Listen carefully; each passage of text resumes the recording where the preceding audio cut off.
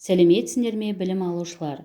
Абай атындағы орта мектеп гимназиясының бастауыш сынып мұғалімі Базарбекова Ляззат, 4-ші сынып, қазақ тілі пәні. Ғарышқа саяхат. Сабақтың тақырыбы Байқоңырым мақтанышым, сын есім. Бүгінгі сабақта тыңдалған мәтіннің мазмұнын айтасың, сын есім туралы білетініңді еске түсіресің. Мәтінді мұқият тыңда. Байқоңыр халықаралық ғарыш айлағы. Ғарыш алаңы, ғарыш айлағы. Ғарыштық аппараттарды құрастыруға, сынап, ұшыруға арналған ғимараттар мен техникалық құралдар орналасқан жер. Байқоңыр бүгінгі таңдағы халықаралық ғарыш айлағы. Одан көптеген елдердің ғылыми және коммерциялық зерттеу бағдарламалары бойынша жердің жасанды серіктері, сондай-ақ Америка құрама штаттары, Германия, Франция, Үндістан ғарышкерлерінің интернационалдық құрамы мен ғарыш кемелері ұшырылды. Байқоңырдан Восток, Восход, Союз, Прогресс сипатындағы барлық ғарыш кемесі, Салют, Мир, орбиталық станциялары ұшырылды. Қазақстан жерінен аспанға космос, протон, зонд, прогноз топтамасын қамтыған жердің ондаған жасанды серіктері жіберілген болатын. Бұлар халық шаруашылығының ғарыштағы бағдарламаларын жүзеге асыру мақсатында жасалды.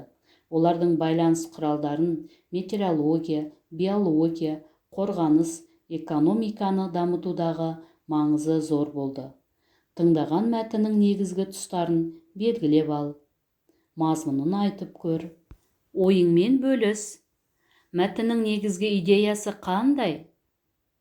Мәтін не туралы? Мәтіннің қай тұстарын белгіледің? Мәтінді басқаша қалай атар едің? Келесі тапсырмаға назар аудар. Алдымен мәтінді толық оқы, содан соң сын есімдерсіз оқы. Сонда мәтін мазмұнында қандай өзгеріс болғанын айтыңдар.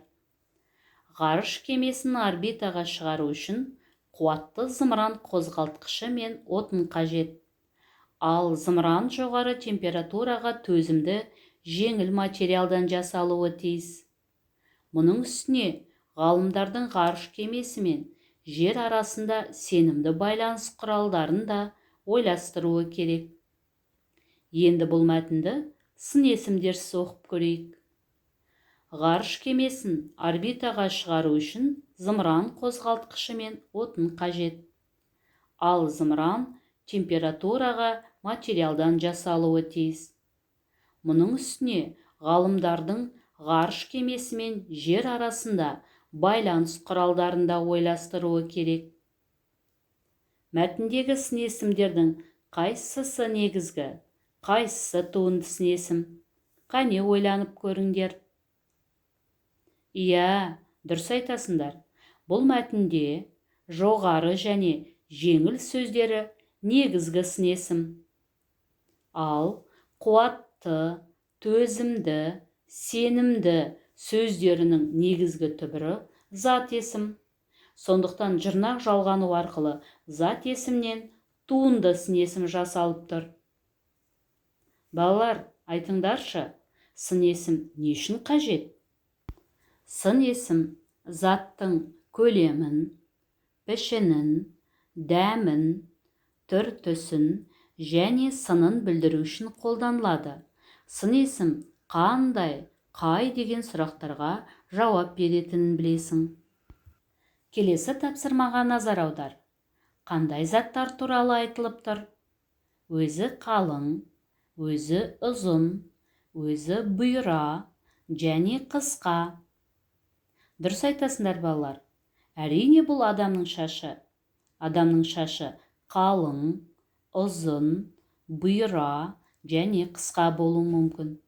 Келесі. Кең, биік, жарық не болуы мүмкін? Жарайсыңдар.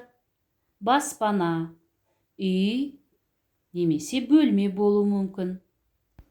Тез тауып бөгелмей айт.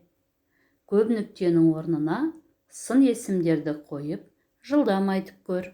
Өзіңді тексер. Жарық ай, кішкентай қошақан, мейірімді әже, мықты палуандар, қызықты кино, зерек оқушы, кең бөлме, әдемі көйлек. Бүгінгі сабағымызды қорытындылайық.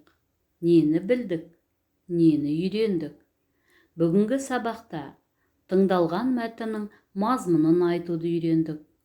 Сын есім туралы білетініңді еске түсірдің.